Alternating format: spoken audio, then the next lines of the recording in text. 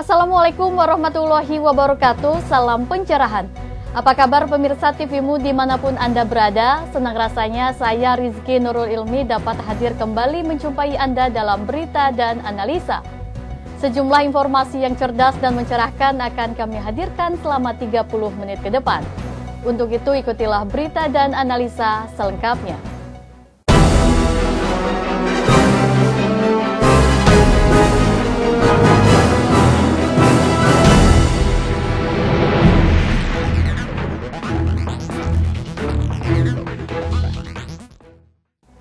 Komjen Budi Gunawan disinyalir memiliki data kecurangan kemenangan Jokowi dalam Pilpres 2014 lalu. Dengan adanya data itu dinilai bisa menjadi ancaman terhadap posisi Joko Widodo sebagai presiden. Komjen Budi Gunawan mempunyai data kecurangan yang dilakukan tim sukses dan Jokowi dalam kemenangan Pilpres 2014. Budi Gunawan sengaja tidak bersuara selama Presiden Jokowi menggantung nasibnya antara tidak dilantik maupun tidak diminta mengundurkan diri.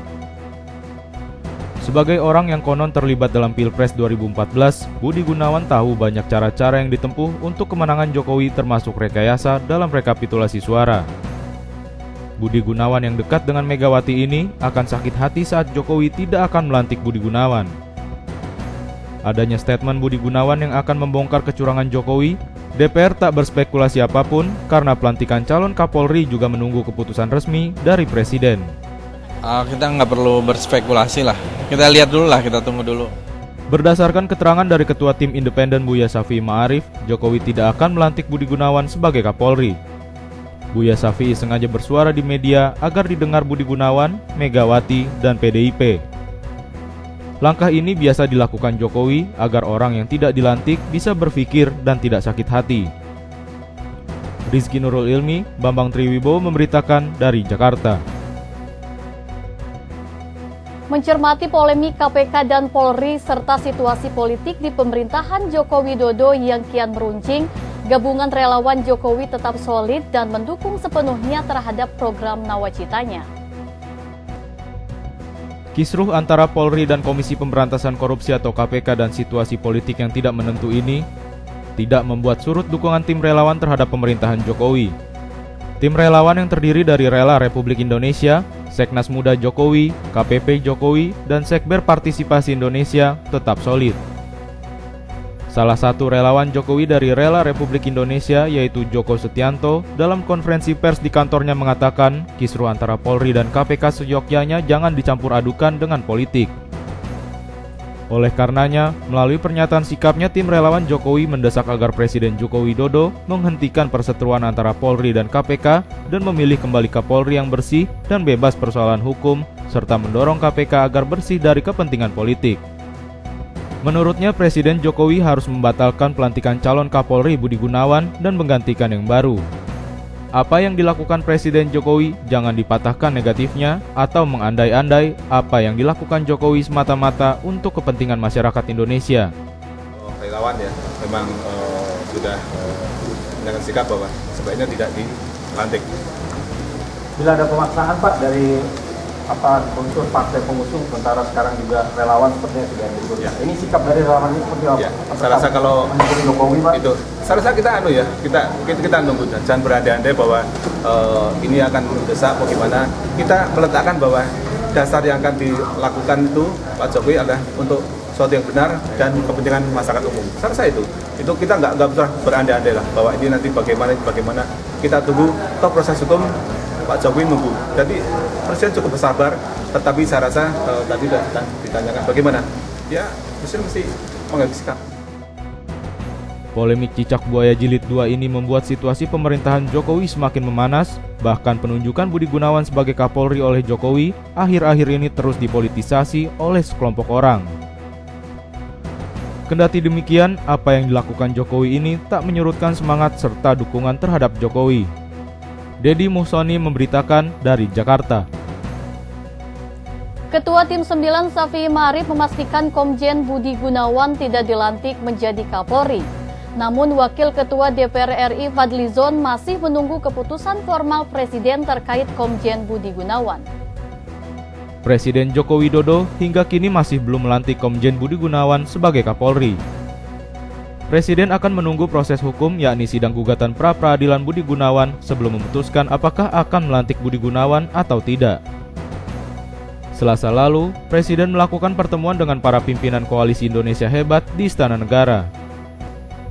KIH meminta Presiden untuk mengambil keputusan soal Budi Gunawan setelah sidang pra-peradilan selesai.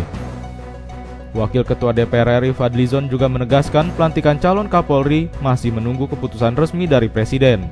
Kita ingin langsung dengar dari Presiden sendiri keputusan formalnya seperti apa. Apakah keputusan formal itu akan dilaksanakan kapan gitu ya. Nah, jadi kita menunggu langsung dari Presiden. Nama Budi Waseso muncul setelah calon Kapolri Budi Gunawan menjadi tersangka. Kabarnya ia akan menggantikan posisi Budi Gunawan jika gagal menjadi Kapolri, apalagi ia telah naik pangkat sebagai bintang 3 setelah dilantik Wakapolri Komisaris Jenderal Badrodin Haiti. Rizky Nurul Ilmi, Bambang Triwibowo memberitakan dari Jakarta. Ketua Komisi 3 Aziz Syamsuddin menolak menanggapi isu ditunjuknya Budi Waseso oleh Presiden Joko Widodo soal dicalonkannya sebagai Kapolri menggantikan Budi Gunawan. Bergulirnya isu penggantian calon Kapolri dari Budi Gunawan diganti Budi Waseso oleh Presiden Joko Widodo terus bergulir. Pergantian ini sebagai salah satu jalan tengah yang ditempuh oleh Presiden untuk menyelesaikan konflik antara Polri dan KPK.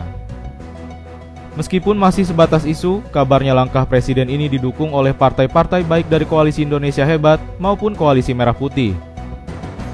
Tanggapan berbeda datang dari Ketua Komisi 3 DPR RI, Aziz Syamsuddin yang belum mendengar isu tersebut.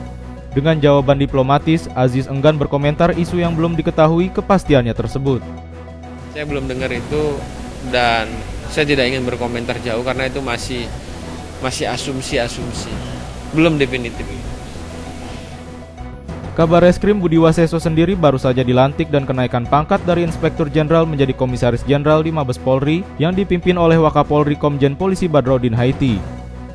Namun pelantikan Budi Waseso ini tidak dihadiri oleh Budi Gunawan. Arina Nurrohmah, Eko Bayurianto memberitakan dari Jakarta. Pemirsa, selanjutnya kami akan menyajikan berita terkait kinerja Kementerian Keuangan. Untuk itu tetaplah bersama kami dalam Berita dan Analisa.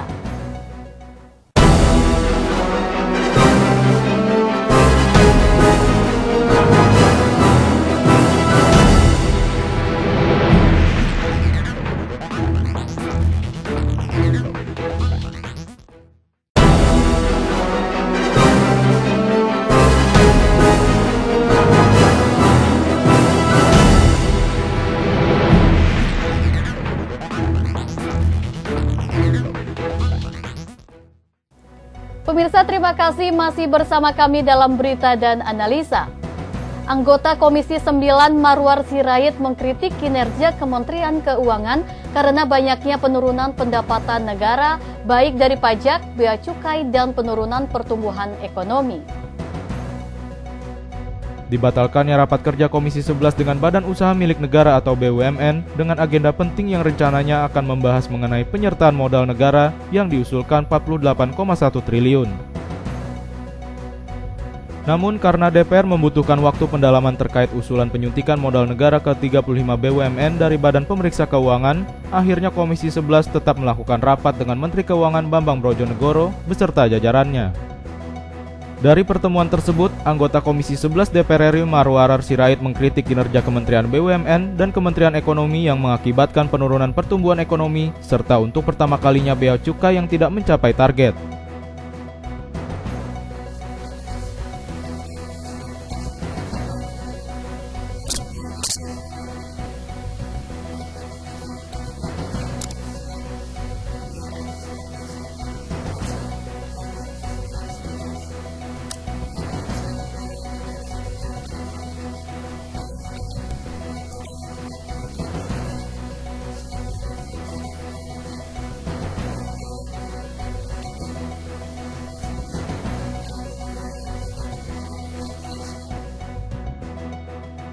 Marwar Sirait juga menyarankan Kementerian Keuangan segera melakukan langkah strategis dengan melakukan cash register di pusat perbelanjaan dan pusat elektronik.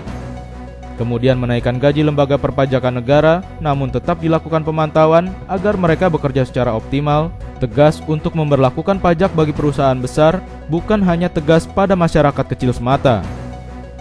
Mengingat pajak sangatlah penting untuk menambah pendapatan anggaran negara. Arina Nurrohmah, Eko Bayurianto memberitakan dari Jakarta. Kementerian Agraria dan Tata Ruang atau Badan Pertanahan Nasional akan menggunakan zona nilai tanah sebagai acuan harga jual tanah, menyusul rencana penghapusan NOJP yang akan menjadi standarisasi pajak bumi dan bangunan. Menteri Agraria dan Tata Ruang atau Badan Pertanahan Nasional Ferry Mursidan Baldan akan menghilangkan pajak bumi dan bangunan. Kementeriannya juga mengusulkan penghapusan nilai objek pajak atau NJOP yang jarang digunakan sebagai landasan jual beli. Upaya ini dilakukan sebagai bentuk antisipasi kapitalisasi harga tanah yang semena-mena. Sehingga nantinya akan diterapkan zona nilai tanah yang akan menggantikan sistem NJOP. Untuk mendukung gagasan tersebut, Ferry sudah berkoordinasi dengan Real Estate Indonesia. Ia menginginkan mereka tidak menjual rumah dengan melipat gandakan nilai tanah. Jangan pengembang kita biarkan mengambil manfaat dari berlipat-lipatnya harga tanah. Artinya dia bukan pengembang namanya, ya maklar tanah. Ya kan? Itu yang mau saya. Jadi kayak kita orientasikan ini adalah sebuah kebijakan untuk mengingatkan. Dengan adanya sistem zona ini maka akan mengurangi spekulasi terhadap harga tanah dan otomatis akan menyederhanakan administrasi. Saat ini Badan Pertanahan Nasional memfokuskan perbaikan terhadap 3 hal selama 2015. Di antaranya meningkatkan kualitas pelayanan, mempercepat penyelesaian sengketa, serta mengendalikan dan memanfaatkan tata ruang. Rizky Nurul Ilmi, Bambang Triwibowo memberitakan dari Jakarta. Pemirsa, Ketua DPR RI Setia Novanto menghimbau kepada pemerintah Malaysia untuk menertibkan masyarakatnya atas sikap yang menghina tenaga kerja Indonesia. Menanggapi fenomena dari sebuah perusahaan elektronik asal negeri jiran, Robovac Malaysia yang membuat satu iklan yang bernada menghina buruh migran Indonesia. Ketua Dewan Perwakilan Rakyat Republik Indonesia mengatakan bahwa hubungan Indonesia dengan Malaysia berjalan sangat baik. Dalam penilaiannya, permasalahan ini timbul karena ulah masyarakatnya yang harus ditertibkan untuk mewujudkan kedamaian. Untuk itu dalam pernyataannya Setia Novanto menegaskan bahwa selayaknya pemerintah Malaysia melakukan penertiban terhadap masyarakatnya. Masalah iklan itu saya lihat hubungan Indonesia dengan Malaysia ini sangat bagus ya, baik antara negara dengan negara, antara pemerintah Indonesia dengan pemerintah Malaysia sangat bagus. Yang memang ada beberapa hal yang saya lihat bahwa masyarakatnya, untuk itu kita mohon pemerintah Malaysia menertibkan masyarakatnya supaya ini bisa berjalan dengan sebaik-baiknya.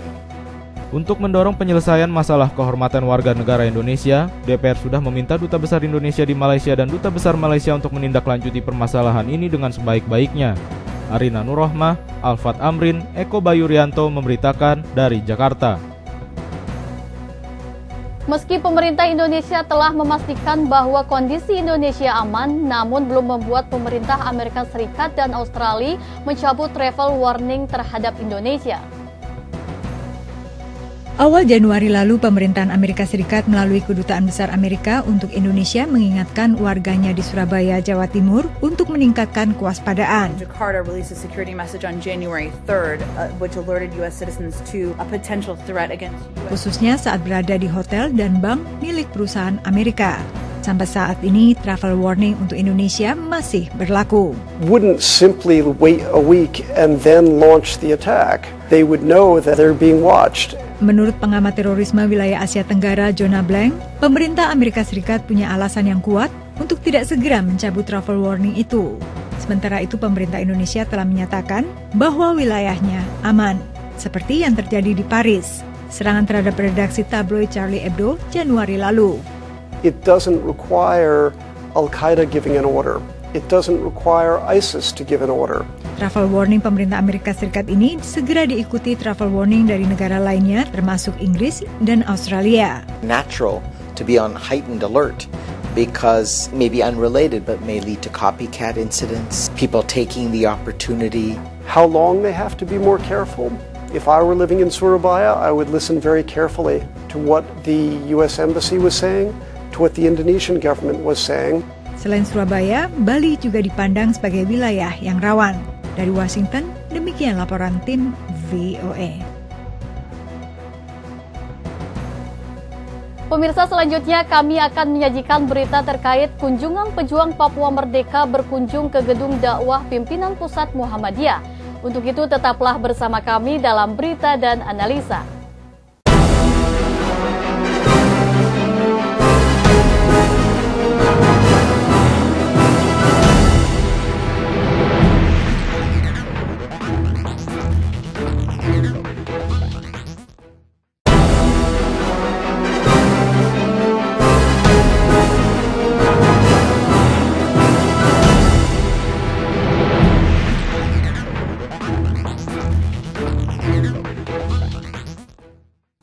Pemirsa, terima kasih masih bersama kami dalam berita dan analisa. Pejuang Papua Merdeka berkunjung ke gedung dakwah pimpinan pusat Muhammadiyah Menteng, Jakarta. Mereka melakukan diskusi untuk meminimalisir resiko bencana sosial di Papua dan upaya membangun Papua baru. Permasalahan kompleks Papua masih terus terjadi. Papua juga masih menjadi medan pertempuran. Hal ini membuat masyarakat Papua merasa takut karena keamanan diri mereka terganggu. Bahkan pertempuran darah di Papua pun tidak lagi menjadi hal yang tabu. Sejak lama berbagai solusi mengatasi masalah di Papua sudah disampaikan. Namun solusi tersebut belum juga mampu meredam gejolak Papua. Oleh karena itu, para pejuang Papua berharap mampu kembali menemukan solusi yang baik dan bisa dilakukan. Masalah Papua memang kompleks, namun bersamaan dengan ini prestasi Papua tak kalah banyak. Seperti pemilihan Ratu Papua hingga Papua Idol. Permasalahan Papua diyakini dapat diselesaikan dengan dialog. Oleh karena itu, pradialog hingga tercapainya dialog membutuhkan waktu sekitar 1 tahun mengingat banyak elemen yang terlibat. Evaluasi di mana letak kesalahan kelemahan pada implementasi itu. Nah, jika diizinkan, biasanya kalau sudah ada pembicaraan di Muhammadiyah ini, kami itu ingin membantu secara konkret, in action gitu ya. Resiko bencana sosial ini tidak hanya menimpa teman-teman di Papua. Sebagian besar pulau-pulau di Indonesia pun turut merasakan kasus yang mampu membangkitkan bencana sosial.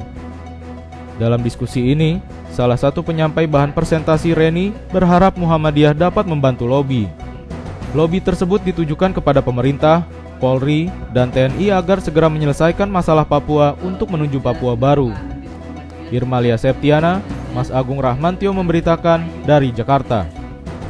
Pimpinan MPR RI mengundang beberapa kementerian strategis ke gedung DPR MPR untuk membahas implementasi 4 konsensus dasar kebangsaan. Konsensus dasar kebangsaan ini dinilai harus dijadikan acuan perilaku dalam kehidupan berbangsa dan bernegara. Majelis Permusyawaratan Rakyat Republik Indonesia pada Rabu siang mengundang Menteri Dalam Negeri, Menteri Pendidikan Dasar Menengah, Menteri Agama, dan Wakil Menteri Luar Negeri ke Gedung Nusantara 4 Kompleks Parlemen Senayan.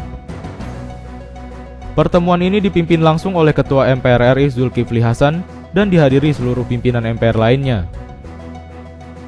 Menurut Zulkifli, pertemuan kali ini merupakan pertemuan untuk membicarakan permasalahan nasionalisme bangsa yang kerap harus dimantapkan dengan penanaman 4 konsensus dasar kebangsaan. Menurutnya sekarang ini, Indonesia sedang kehilangan ruh kebangsaan, terutama pada era otonomi daerah. MPR merasa sekarang ini kita ini mulai agak kendor soal kebangsaan, kehilangan ruh kebangsaan, terutama era baru sekarang ini ada otonomi daerah yang luas ya. Orang jadi bupati dengan latar belakang berbeda tiba-tiba jadi bupati. Dengan pemilihan langsung orang backgroundnya mungkin belum berpengalaman tapi jadi gubernur ya. Nah, oleh karena itu betul-betul kita harus bersama-sama untuk mensosialisasikan 4 konsensus dasar kebangsaan kita itu. Pertemuan ini merupakan langkah komunikasi yang diambil oleh MPR untuk mengkoordinasikan program sosialisasi kepada masyarakat untuk mendalami apa yang menjadi konsensus dasar bangsa guna mengunggah kembali nasionalisme. Banyak persoalan sekaligus tantangan yang dihadapi bangsa Indonesia, maka dari itu Zulkifli menghimbau seluruh warga negara untuk menjadikan 4 konsensus kebangsaan sebagai acuan perilaku bernegara. Dalam pertemuan ini, menteri-menteri yang diundang pun menjelaskan dan memberi masukan kepada MPR untuk mensukseskan bersama sosialisasi tersebut. MPR RI masih akan terus menggelar pertemuan untuk membahas topik ini bersama lembaga negara lainnya. Alfat Amrin, Bambang Triwibowo memberitakan dari Jakarta. Pemirsa, tren Batu Mulia terus berlanjut di berbagai kota di Indonesia. Nah, kali ini di kota paling barat Indonesia atau Banda Aceh berlangsung Festival Batu Mulia yang diberi tajuk Festival Bate. Pemirsa, informasi tadi menutup perjumpaan kita kali ini. Terus saksikan berita dan analisa hanya di TVMU.